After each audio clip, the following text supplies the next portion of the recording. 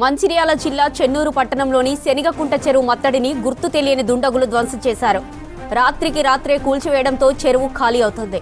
అధికారులు వెంటనే మరమ్మత్తు పనులు చేసి మత్తడిని ధ్వంసం చేసిన వారిపై కఠిన చర్యలు తీసుకోవాలని స్థానికులు డిమాండ్ చేస్తున్నారు. ఇక మరోవైపు చెరువే ఆధారంగా జీవిస్తున్న రైతులు, జాలార్లు ఆవేదన వ్యక్తం చేస్తున్నారు. మరోవైపు స్థానికుల ఫిర్యాదుతో చెరువు మత్తడిని ఇరిగేషన్ ఆఫీసర్ పరిశీలించారు. మత్తడిని డిటోనేర్లు, జిలెటిన్ స్టిక్స్ పెట్టి ధ్వంసం చేసినట్లు ప్రాథమికంగా నిర్ధారించిన ఇరిగేషన్ అధికారులు పోలీసులకు ఫిర్యాదు చేశారు. సంఘటనా స్థలాన్ని పరిశీలించారు సిఐ. చెన్నూరు ఎమ్మెల్యే వివేక్ వెంకటస్వామి ఆదేశాలతో మత్తడిని ఇసుక బస్తాల ద్వారా తాత్కాలిక మరమ్మతులు చేయిస్తున్నామని ఇరిగేషన్ ఎగ్జిక్యూటివ్ ఆఫీసర్ విష్ణుప్రసాద్ తెలిపారు.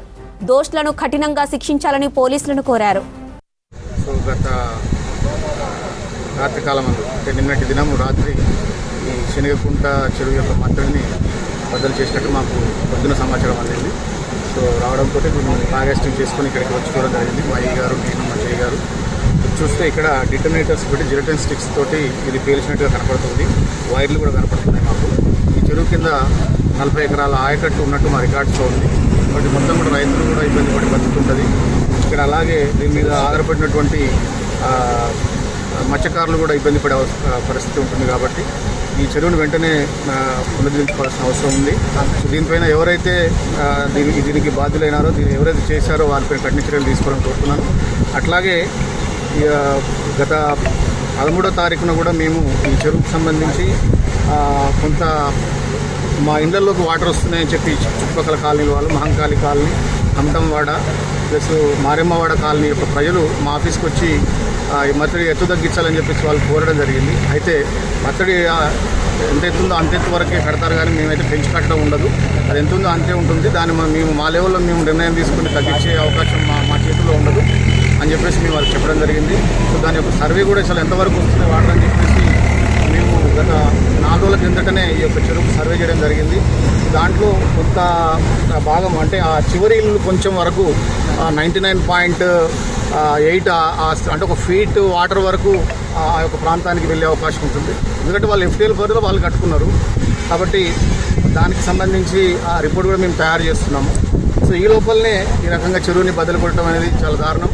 చెరువు మత్తడికి సంబంధించి మరిన్ని డీటెయిల్స్ సాగర్ అందిస్తారు. సాగర్, చెరువు మత్తడి ధ్వంసంపై అధికారులు ఏమంటున్నారు?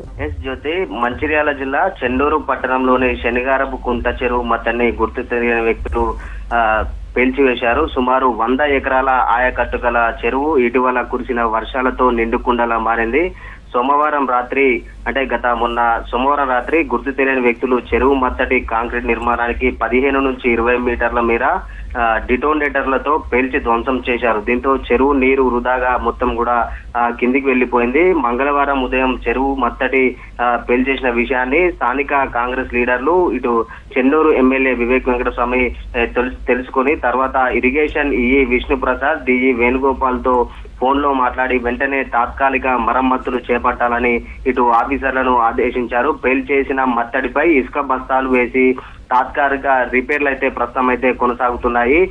మత్తడి ధ్వంసం చేసిన వ్యక్తులను గుర్తించి కఠినంగా చర్యలు తీసుకోవాలని పోలీసులకు ఇటు ఆఫీసర్లు ఫిర్యాదు చేశారు. ఫిర్యాదు చేయడంతో ఇటు పూర్తి విచారణలో పోలీసులు అయితే నిమగ్నమై ఉన్నారు. ఆయకట్టు రైతులకు నష్టం చేసేందుకు దుండగులు ఉద్దేశపూర్వకంగానే పేల్చివేశారా, లేదా నేషనల్ హైవే 63 ఆనుకుని ఉన్న చెరువు పరిసర ప్రాంతాల్లో రియల్ ఎస్టేట్ వెంచర్లు ఉండటంతో చెరువు నిండా ఉన్న నీళ్లను బయటకు పంపించేందుకు పేల్చివేశారా అని పోలీసులు అనుమానిస్తున్నారు. అలాగే రాజకీయంగా ఇట్లా సామాజికంగా విభేదాలు సృష్టించేందుకు ఎవరైనా ఇలా చేశారా అనే దిశగా కూడా ఎంక్వైరీ అయితే పోలీసులు అయితే చేస్తున్నారు. దర్యాప్తు జరుగుతుందని, మత్తడి ధ్వంసం చేసిన దుండగులను త్వరలోనే పట్టుకుంటామని ఇటు స్థానిక సిఐ రవీందర్ కూడా తెలిపిన పరిస్థితి. ప్రస్తుతానికైతే ధ్వంసం చేసిన నీటిని పొదుపు చేసేందుకు స్థానిక ఎమ్మెల్యే వివేక్ వెంకటస్వామి ఆదేశాలతో ఇసుక బస్తాలతో మొత్తము నీళ్లు